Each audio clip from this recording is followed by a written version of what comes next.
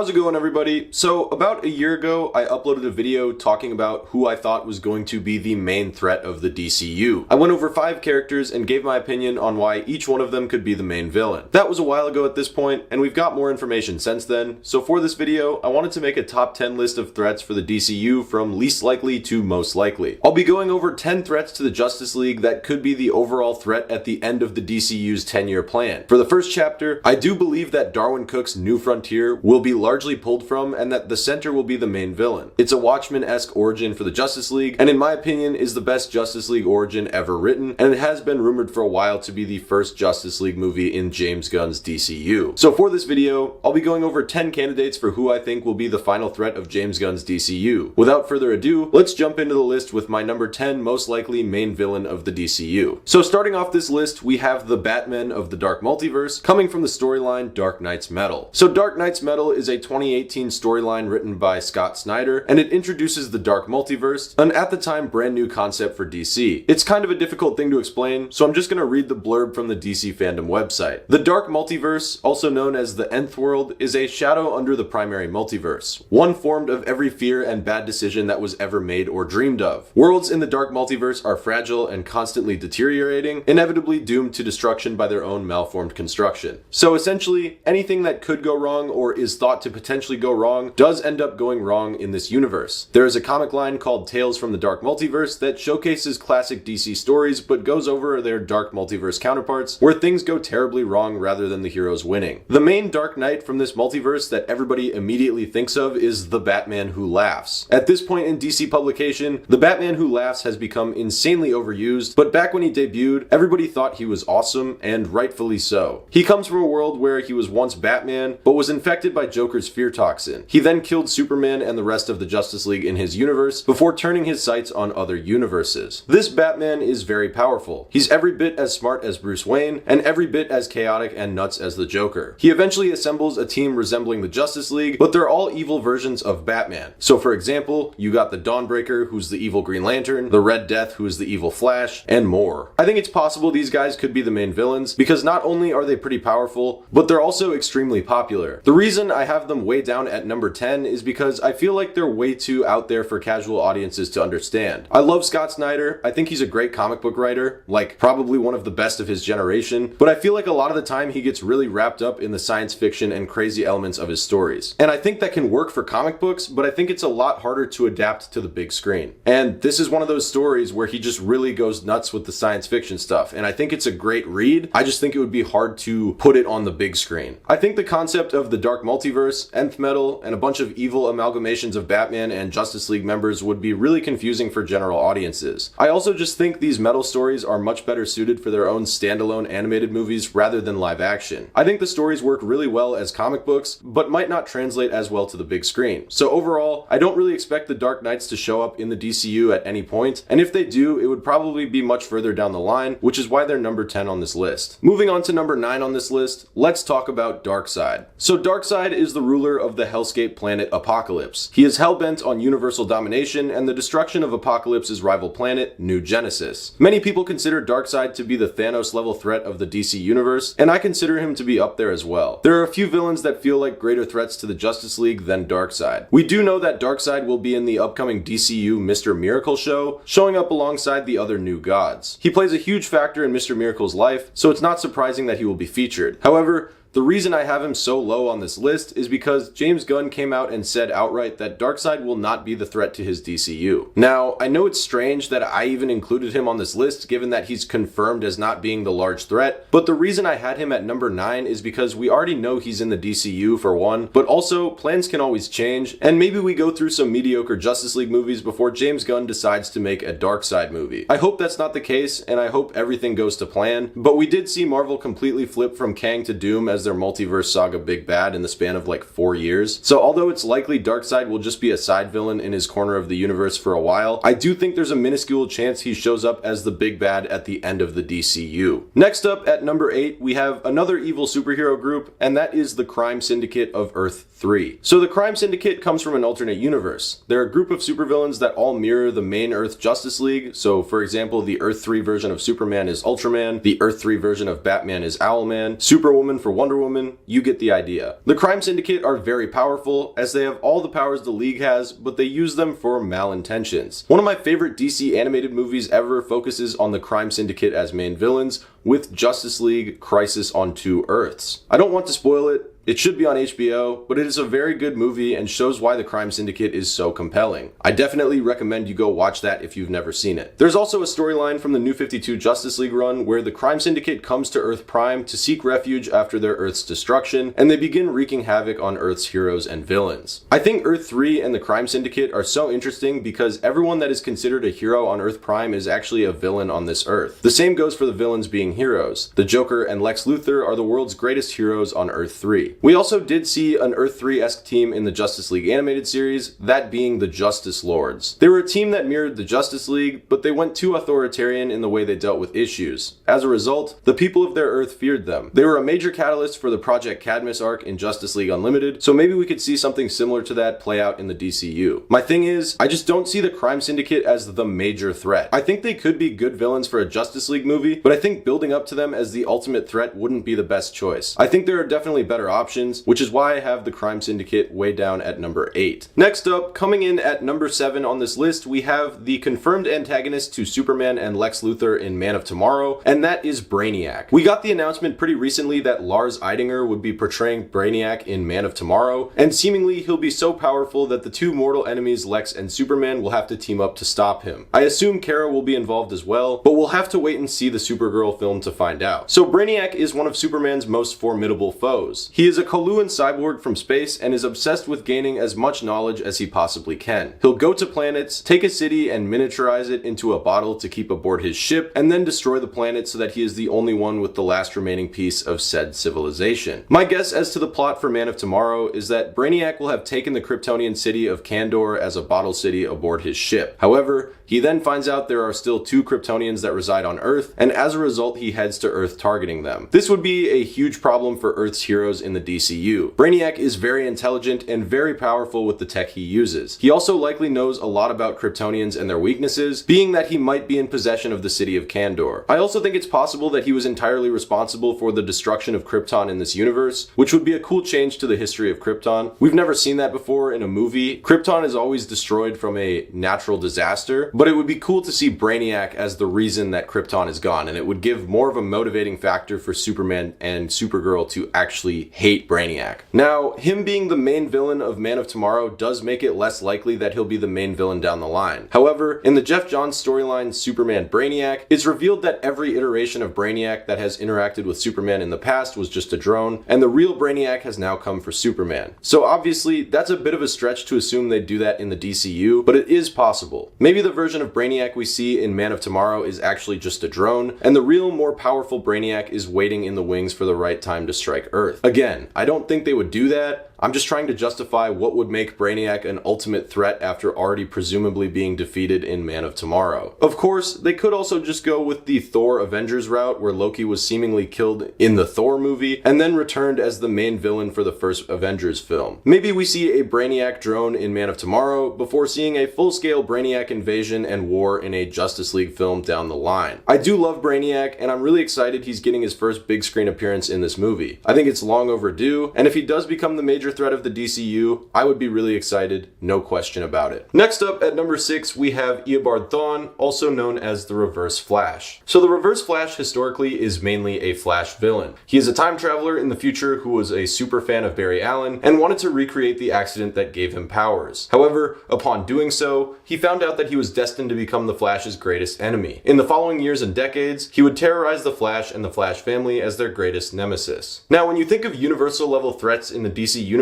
you typically don't think of the Reverse Flash. He's definitely the Flash's most iconic villain, but not typically a Justice League threat. However, I do think he is on the level of being one. The dude is a time traveler and is the main villain of the infamous storyline Flashpoint. I'm not saying they should adapt Flashpoint as the ultimate endgame style team up of the DCU, but I think a time travel story where, say, Eobard destroys every Flash in existence or takes over the world would be a fun way to go about it. He's so driven by his hatred for the Flash to where I think him wanting to do something like take out all the Flashes would make a ton of sense. And he's a powerful enough time traveler to where he could make waves in the timeline that the Justice League needs to fix. Also, I think in a similar way to how Hal Jordan turns evil in Emerald Twilight and becomes a major threat in the DC universe as Parallax, you could expand on the Flash storyline, The Return of Barry Allen. This is my favorite Flash storyline of all time, and I'll give a quick spoiler warning before I get into what it's about. So essentially, Wally West has taken over the Flash mantle. He still struggles with the fact that his mentor figure Barry Allen is no longer in his life and feels like he'll never be as good of a Flash as him. One day, however, Barry Allen just returns out of nowhere. He begins working with Wally to stop crime throughout the city, and all is well at first. After a while, however, Wally starts to notice things are off with Barry, and long story short, it's revealed that Barry is actually Eobard Thawne, who in the future got reconstructive surgery to look like Barry Allen and traveled back in time to become the Flash. I think this could potentially be a really fun multi-film arc where we see Barry die in the early days of the DCU, but then returns before it's revealed that the returning Barry Allen is actually Eobard Thawne, and he's been pulling the strings to some nefarious stuff going on in the background. So what I mean in comparing Barry Allen to Hal Jordan in the Emerald Twilight storyline is that you could see Barry die, have him come back as the Flash, but then you realize it's not actually Barry at all, it's Eobard Thawne from the future, and the Justice League have to figure that out and then stop him, of course. I'm just making most of this up because when you think iconic, world-breaking DC stories involving the Reverse Flash, you almost always go to Flashpoint. I just think Flashpoint is a story we've seen so much at this point,